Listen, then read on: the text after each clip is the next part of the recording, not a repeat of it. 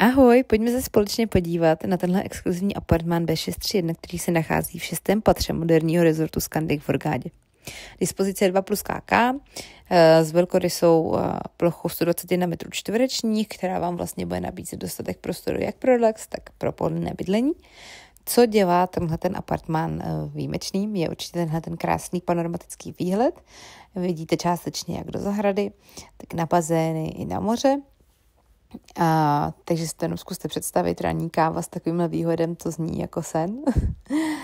No a tenhle ten resort vlastně nabízí 3 bazény, včetně jednoho dětského teda, soukromou pláž s pozvolným vstupem do moře, takže je to vhodné i pro rodiny s dětmi a 200 metrů dlouhým molem. Kousíček od téhleté pláže je krásný korálový útes, takže i milovníci šnorchlování si tady přijdou na své.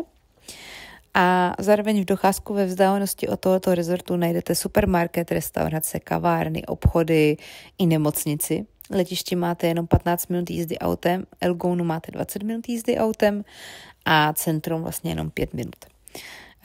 Cena apartmánu je 12 968 000 egyptských liber, ale při platbě celé částky nabízí developer 20% slevu.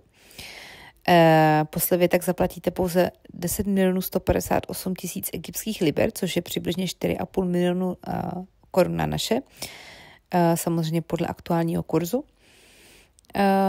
Nebo je k dispozici i možnost splátek, to znamená zaplatíte 30% předem a zbytek rozložený do kvartálních splátek během 3 let.